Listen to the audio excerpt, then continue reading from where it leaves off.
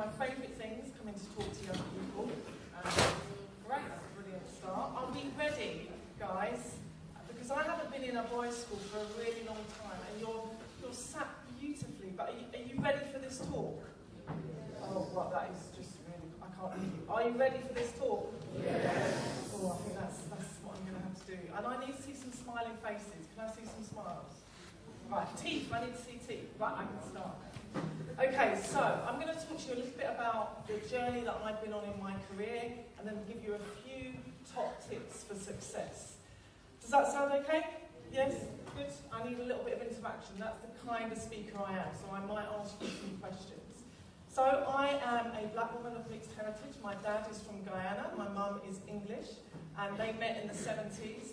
And at that time, there was a lot of racism going on at that time, and my mum faced a lot of abuse in the street for having brown babies, and I'm a twin, and she would get regularly spat at in the street for having brown babies. So that sense of injustice and the sense of social justice and equalities has stayed with me for a very long time, and is something that I'm really passionate about, and has governed the decisions that I have made in my career. Now, as a young person, I was an athlete. I was a 400-metre runner, which is one lap around the track. I started out as a sprinter, and I ran for a club called Cannon Hill Harriers. Is anybody in here an athlete? Is anybody a sprinter, an athlete? We've got an athlete there. Anybody else an athlete there? Basketball players, footballers? We got any of those in the house? Okay, I'm not too sure. Great. So I loved sport, and for me, sport taught me many, many lessons about life and how I needed to put hard work in to get the outcome that I needed. And it was something that I did from the age of 9 to 22. And I was in a particularly great training group, and I was training with athletes who later on became Olympians and were internationals. I was a county standard athlete. I was somebody that reached a particular level and didn't progress from that level. I went to the States and trained, but I knew that I was never ever going to make it as an athlete. I just wasn't good enough. But I loved my sport, and I've always been a sportswoman. I gave up athletics and then took up netball, and I play netball today. So when I was your age, I wasn't particularly academic, I was sporty, but I didn't really enjoy my academics. It was something that I knew that I had to do, and my family had kind of instilled that sense of education in me.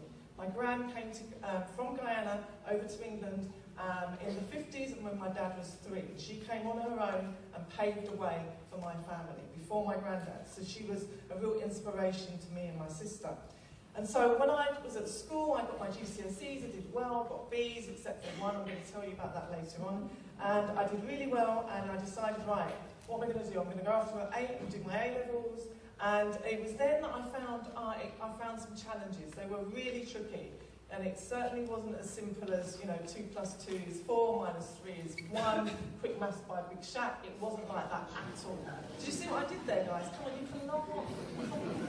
And I found it really tricky. I found my A-levels quite hard. But I knew that I had to have a plan, and that plan was, get on with it, Michelle, you've got to make a decision about what you want to be. I didn't know what I wanted to be. I knew that I loved young people, I loved sport, so I decided to become a teacher.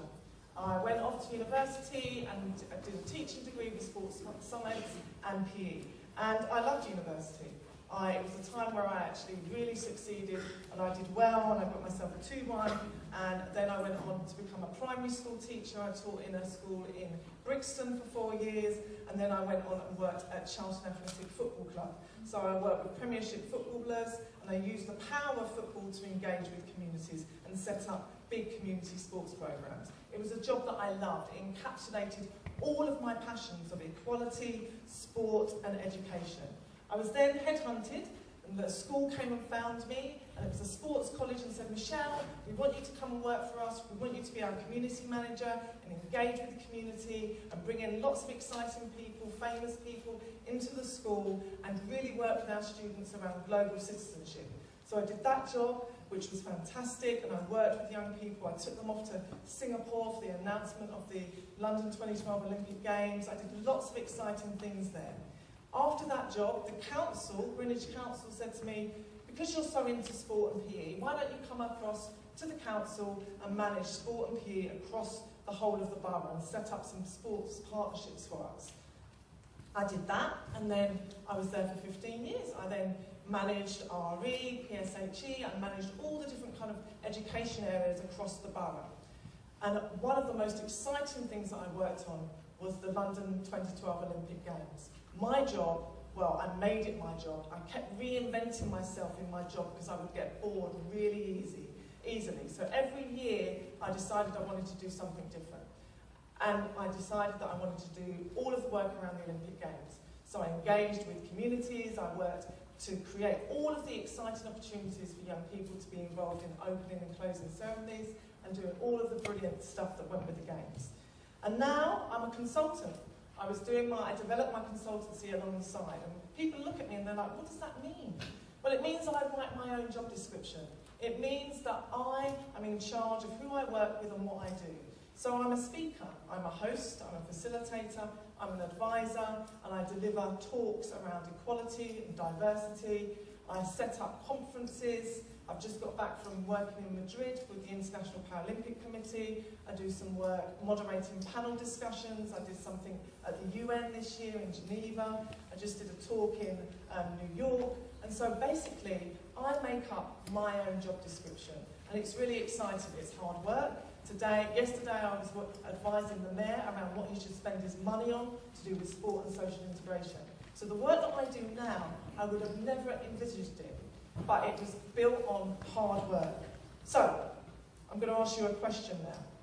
What does Stormzy, Santander, Cardi B, Venus and Serena Williams, what do they all have in common?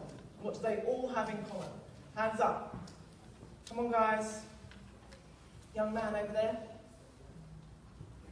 Yeah, they are black. There's something else. Something else they all have in common. Yes? They've all worked hard. They've all worked hard and they've all had a plan. They've all had a plan. Whether it's a loose plan or not, they've decided, right, I've got to have a plan. I didn't know what I wanted to do, but I decided that I had to take charge. And as you're sat here tonight, that's when you've got to decide what you're going to do. You're going to have to think about, I don't ask young people who you're going to become, what do you want to be. I ask them about what their plan is. I didn't have it all figured out. I had no burning desire to be a teacher. And actually, I was promoted to an assistant head teacher in the secondary school because the work that I was doing was having such a big impact. And that school paid for me to do my master's in education. And I wasn't very academic. So I've come out with my A-levels, my degree, and a master's. So I can look back and think, wow, how did that happen? And you know, when we have a plan, sometimes things don't go to plan. There are challenges ahead of us. I failed my maths, not once, not twice, but 3 times. I failed my maths GCSE 3 times and had to get a tutor to get me through it. I failed my driving test, not once, not twice, not 3 times, not 4 times, but 5 times. I failed my driving test. Doesn't matter now, I'm a driver. The point is, if you have to change from plan A to plan B to plan C to plan D, you have to have the courage to do that. You have to decide that you're going to make a difference and not listen to those voices in your head, the voices of self-doubt that we all have. I was very fortunate on Monday to be with Michelle Obama, the First Lady at the South Bank Centre. And she talked about those negative voices in her head. And we all get them, and we have to take charge of them. So it's up to you, as you kind of enter into your first couple of years, these are important years for you, you've got to figure out what's important to you. And working hard is boring.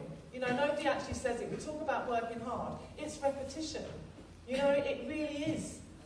Santander, what did he do? He taught himself how to play the piano up to grade 7 by playing piano, practicing 5 hours every day.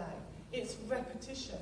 It's about you sticking to your revision timetable. It's about going to that booster class. It's about surrounding yourselves with your friends who are actually a bit cleverer than you. I've done it my whole life. You surround yourself with people who are better, who are more successful mostly, and that has rubs off on you. So it's about doing those ordinary things well. And one quick story.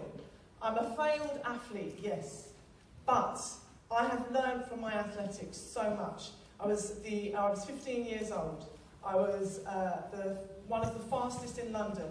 I was at the London Schools Champ for the 400 metres. I was at the English schools, where everybody was. We were competing against all the different counties from the country. I'd got the same time as another athlete. I had to do a race-off at the end of the day to see who would get into the final. And if you get into the final of the English schools, that's it. You're in the top 10 in the country. An international vest is more or less guaranteed.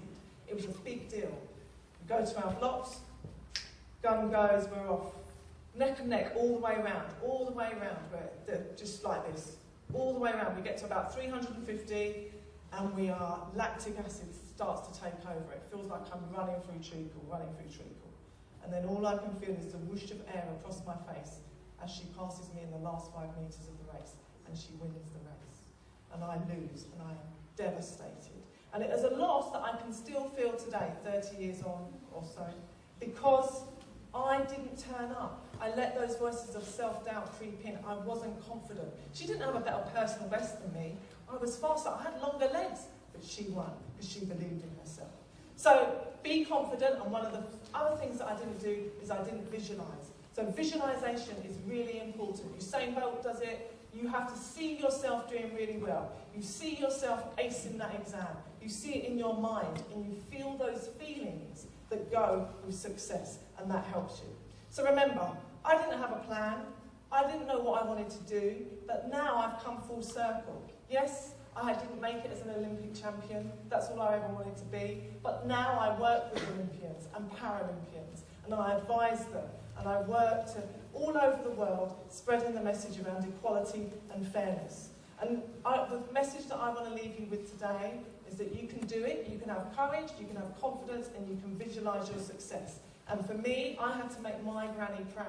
She came here from Guyana, she scrubbed the floors, and she laid a foundation for me to live the best life that I can, to rinse everything out of it, so that I leave everything on the track. And so my encouragement to you is to go for it and believe in yourselves. So thank you very much.